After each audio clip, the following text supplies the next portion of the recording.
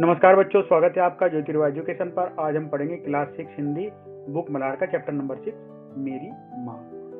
श्री राम प्रसाद बिस्मिल बड़े होनहार नौजवान थे, गजब के शायर थे, देखने में भी बहुत सुंदर थे, योग्य बहुत थे। जानने वाले कहते हैं कि यदि किसी और जगह या किसी और देश या किसी और समय पैदा हुए होते तो सेनाध्यक्ष बनते। यह कहना है हमारे देश के प्रसिद्ध स्वतंत्रता सेनानी भगत सिंह का बिस्मिल के बारे में। राम प्रसाद बिस्मिल का जन्म जब हुआ उस समय भारत पर अंग्रेजों का आधिपत्य था, मतलब कब्जा था। बिस्मिल छोटी सी आयु से ही भारत की स्वतंत्रता के लिए अंग्रेजों से लड़ते रहे। अंग्रेजों ने उन्हें जेल भेज दिया और फांसी की सजा दे दी। जेल में भी उन्होंने अंग्रेजों के अनेक अत्याचार सहे।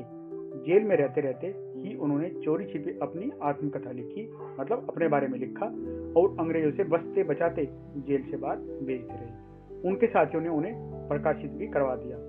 इसका नाम रखा गया निज जीवन की एक छटा।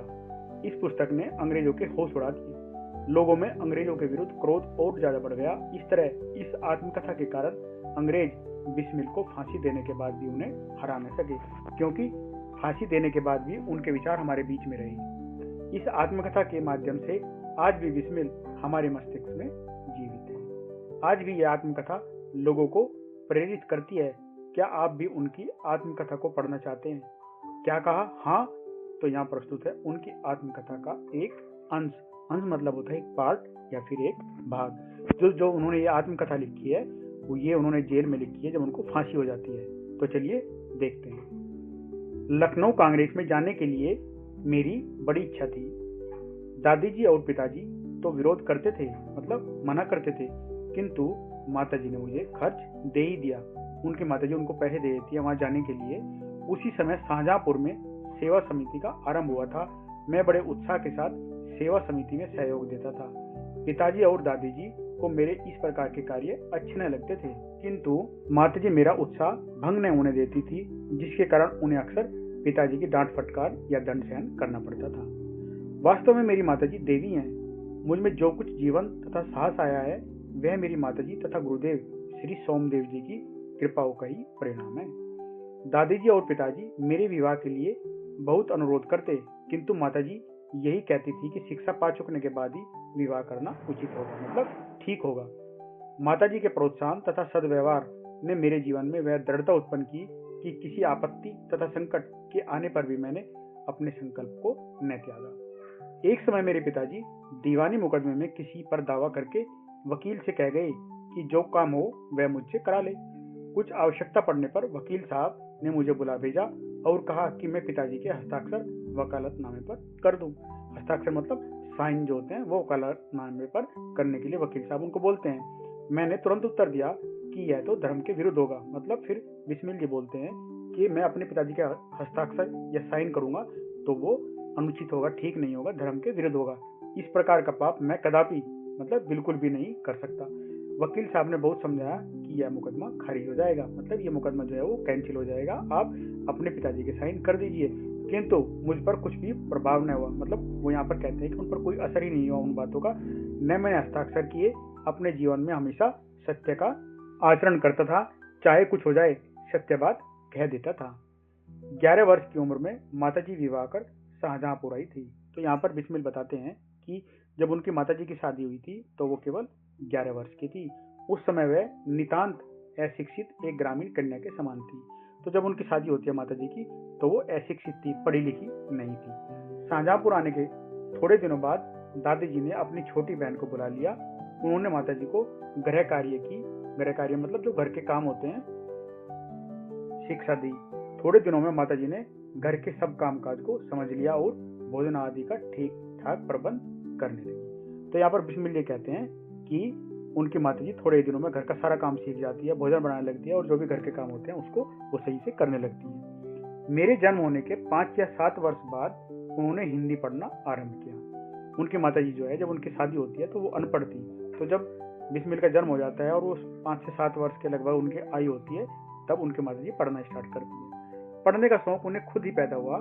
मोहल्ले की सखी सहेली जो घर आया करती थी उन्हीं में जो शिक्षित थी माताजी उनसे अक्षर बोध करती मतलब उनसे ही वो पढ़ती थी। तो जो उनके माताजी की सहेली थी मोहल्ले में, जो उनमें से पढ़ी लिखी थी, वो उनसे ही शिक्षा ग्रहण करती थी। इस प्रकार घर का सब काम कर चुकने के बाद जो कुछ समय मिल जाता उसमें पढ़ना लिखना करती। परिश्रम के फल से थोड़े दिनों में ही वह देवनागरी पुस्तकों का अध्ययन करने लगी। तो इस प्रकार बिस्मिल कहते हैं कि माताजी घर से जो टाइम बचता था काम करने के बाद में, उस टाइम पर वो पढ़ती थी और कुछ ही टाइम बाद में जो है वो हिंदी सीख गई और फिर देवनागरी पुस्तकों को वो पढ़ने लगी। मेरी बहनों को छोटी आयु में माताजी की शिक्षा दिया करती थी। जब से मैंने आर्य समाज में प्रवेश किया, माताजी से खूब वार्तालाप होता था। वार्तालाप मतलब बातचीत होती थी। उस समय की अपेक्षा अब उनके विचार भी कुछ उदार हो गए थे। उदार मतलब दयालु। यदि मुझे ऐसी माता न मिलती तो मैं भी अति साधारण मनुष्य की भांति संसार चक्र में फंसकर जीवन निर्वाह करता। तो यहाँ पर बिस्मिल जी कहते हैं, अपनी माताजी की बड़ाई करते हैं कि जो कुछ भी मैं आज हूँ, मैं देश की सेवा करने के लिए जेल में बंद हूँ, मुझे फांसी की सजा दी गई है।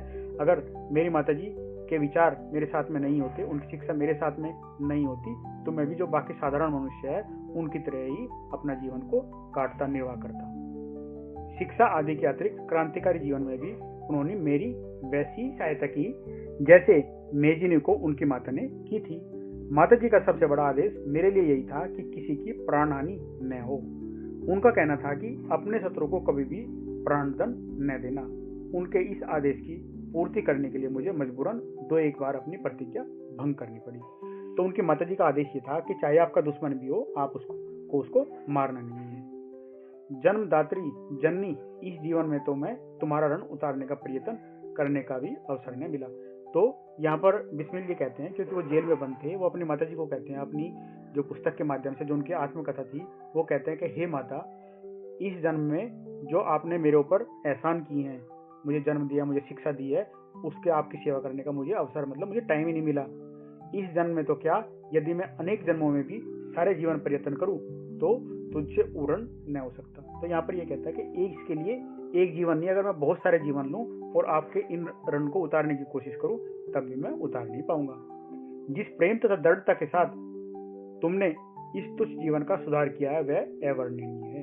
तो यहाँ पर अपनी माताजी के बारे में बड़ाई करते कहते हैं कि मैं तो तुच्छ था, मुझे कुछ नहीं आता था, और जो आपने मुझे शिक्षा दी, जिसकी वजह से मैं आज यहाँ हूँ, मैं देश की सेवा में लगा हूँ, मैं देश को स्वतंत्र करने के लिए अपनी प्राणों की बाजी दे दूंगा, ये केवल आपकी वजह से ही है और उसका मैं वर्णन नहीं कर सकता। अवर्णनीय मतलब मैं उसको बता ही नहीं सकता। जीवन की प्रत्येक घटना का स्मरण है। स्मरण मतलब याद है कि तुमने जिस प्रकार अपनी देववाणी, मतलब देववाणी में जो देवों की वाणी, अच्छी वाणी जो होती है, का उपदेश करके मेरा सुधार किया है। तुम्हारी दया से ही मैं देश सेवा में संलग्न हो सका। धार्मिक जीवन में भी तुम्हारे ही प्रोत्साहन ने सहायता दी। जो कुछ शिक्षा मैंने ग्रहण की, उसका श्रेय तुम्ही को है। जिस मनोहर रूप से तुम मुझे उपदेश करती थी, उसका स्मरण कर तुम्हारी मंगलमय मूर्ति का ज्ञान आ जाता है और मस्तक झुक जाता है। तुम्हें यदि मुझे ताड़ना भी देनी होती तो बड़े स्नेह से हर बात को समझा दिया। यदि मैंने धृष्टतापूर्वक उत्तर दिया, तब तुमने प्रेम भरे शब्दों में यही कहा कि तुम्हें जो अच्छा लगे वह करो, किंतु ऐसा करना ठीक नहीं है, इसका परिणाम अच्छा नहीं होगा।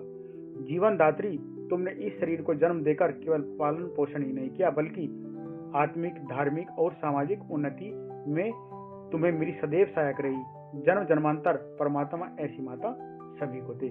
मान से मान संकट में भी तुमने मुझे अधीर नहीं होने दिया। सदैव अपनी प्रेम भरी वाणी को सुनाते हुए मुझे सांत्वना देती रही। तुम्हारी दया की छाया में मैंने अपने जीवन भर में कोई कष्ट अनुभव नहीं किया। इस संसार में मेरी किसी भी भोग विलास तथा ऐश्वर्य की इच्छा नहीं, केवल एक इच्छा है, वह यह कि एक बार श्रद्धा पूर्वक तुम्हारे चरणों की सेवा करके अपने जीवन को सफल बना लेता। किंतु यह इच्छा पूर्ण होती नहीं दिखाई देती और तुम्हें मेरी मृत्यु की दुख भरी खबर सुनाई जाएगी। क्योंकि बिस्मिल जी जो है वो जेल से लिख रही है और जेल से लिख रहे हैं इस आत्मकथा को, और उनको फांसी की सजा हो गई है। तो वो कहते हैं कि मैं आपको मिल ही नहीं पाऊंगा और आपको केवल मेरी मृत्यु की खबर ही सुनाई देगी। मुझे विश्वास है कि तुम यह समझकर धैर्य धारण करोगे कि तुम्हारा पुत्र माताओं की माता या भारत माता की सेवा में अपने जीवन की बलि देवी को भेंट कराया और उसने तुम्हारे कोख कलंकित न की अपनी प्रतिज्ञा पर दृढ़ रहा। तो यहाँ पर वो कहते हैं कि माता, मैं माताओं की माता यानी भारत माता की सेवा में अपने जीवन की बलि दे दी है, और जो तुम्हारी कोख है मैंने उसको कलंकित नहीं किया है। मैंने अंग्रेजों के सामने हार नहीं मानी है और मैं अपनी जान न्यौछावर कर रहा हूँ, अपनी प्रतिज्ञा पर दृढ़ हूँ। तो मैं आपका नाम रोशन कर रहा हूँ और ये सुनकर आपको अच्छा ही लगेगा। जब स्वाधीन मतलब जब आजाद भारत का इतिहास लिखा जाएगा तो उसके किसी पृष्ठ पर उज्जवल अक्षरों में तुम्हारा भी नाम लिखा जाएगा। तो यहाँ पर वो अपनी माता जी को समझाने की कोशिश करते हैं कि जिस दिन भारत आजाद होगा और उसका इतिहास लिखा जाएगा तो मेरे नाम के साथ में आपका नाम भी लिखा जाएगा। गुरु गोविंद सिंह जी की धर्म पत्नी ने जब अपने पुत्रों की मृत्यु की खबर सुनी तो बहुत प्रसन्न हुई थी और गुरु के नाम पर धर्म रक्षार्थ अपने पुत्रों के बलिदान पर मिठाई बांटी थी। यहाँ पर वो अपनी माता जी को, जो गुरु गोविंद सिंह जी है, जो उनकी धर्म पत्नी थी, जब उनके बच्चों को मृत्यु की खबर सुनाई देती है तो वहां पर वो प्रसन्न होती है, ना कि वो दुखी होती है। तो इस तरीके से उनको वो यहाँ पर बताना चाह रहे हैं। जन्मदात्री वर दो की अंतिम समय भी मेरा हृदय किसी प्रकार विचलित न हो और तुम्हारे चरण कमलों को प्रणाम कर मैं परमात्मा का स्मरण करता हुआ शरीर त्याग करूं। तो अपनी माता को यहाँ पर लिखते हैं, हे माता, मुझे आशीर्वाद दो कि जब मुझे फांसी हो तो मैं विचलित ना हूँ, परेशान ना हूँ, जो मेरी दृढ़ इच्छा शक्ति है वो मेरी टूटे ना, मैं अपने जो मेरे विचार है उन पर मैं कायम रहूं और तुम्हारे चरण कमलों को, मतलब तुम्हारे चरणों को स्पर्श करके मैं प्रणाम करता हूँ और परमात्मा का स्मरण करता हुआ शरीर का त्याग कर दूं। राम प्रसाद बिस्मिल। तो इस प्रकार बच्चों हमने पढ़ी राम प्रसाद बिस्मिल की आत्मकथा का एक ये छोटा सा अंश है, मेरी माँ, जो उन्होंने अपनी माँ के लिए लिखा है। नए शब्दार्थ: होनहार, जिसमें आगे बढ़ने के लक्षण हो या प्रतिभाशाली हो। आधिपत्य, अधिकार या कब्जा होना। आत्मकथा, अपने जीवन की कहानी जो स्वयं लिखी गई हो। अत्याचार, बहुत बुरा व्यवहार करना या फिर जुल्म करना। प्रकाशित, छापकर जनता के सामने आना। उत्साह, जोश या उमंग। डांट फटकार, बुरी तरह झिड़कना या फिर डांटना। प्रोत्साहन, उत्साह बढ़ाना या फिर बढ़ावा देना। सद्व्यवहार, अच्छा व्यवहार। दृढ़ता, मजबूती या अपने निश्चय पर टिके रहना। संकल्प, पक्का निश्चय या फिर इरादा। मुकदमा, कोर्ट या अदालत का मामला। हस्ताक्षर, दस्तक या फिर साइन। कदापि, कभी नहीं। आचरण, व्यवहार या चाल चलन। नितांत, बिल्कुल या पूरी तरह से अशिक्षित, अनपढ़ या जो पढ़ा लिखा न हो। अक्षरबोध, अक्षरों का ज्ञान या फिर प्रारंभिक शिक्षा। परिश्रम, कड़ी मेहनत। अध्ययन, पढ़ाई करना। उदार, बड़े दिल वाला या फिर दयालु। आदर्श, वह सिद्धांत जिस पर हम चलना चाहते हैं। प्राणदंड, मृत्यु की सजा। पर्यतन, कोशिश करना। अवसर, मौका। ऋण, ऋण या कर्ज से मुक्त होना। अवर्णनीय, जिसका वर्णन शब्दों में ना किया जा सके। संलग्न, किसी कार्य में लगा हुआ। दृष्टापूर्वक, ठिठाई या बदतमीजी से भरा हुआ। आत्मिक, आत्मा से संबंधित या मन की उन्नति, तरक्की या आगे बढ़ना। अधीर, व्याकुल या जिसमें धीरज न हो। सांत्वना, दिलासा देना। विचलित, अपने मार्ग या निश्चय से डगमगा जाना। कलंकित होना, जिसके नाम पर धब्बा लगा हो। अज्ञान, जानकारी न होना या फिर मूर्खता। कायर, डरपोक। मैं उम्मीद करता हूं कि आपको ये पसंद आया होगा। अगर आपको ये अच्छा लगा है तो प्लीज चैनल को लाइक, शेयर और सब्सक्राइब करना और इसके नेक्स्ट पार्ट में हम इसके क्वेश्चन आंसर करेंगे। Thanks for watching.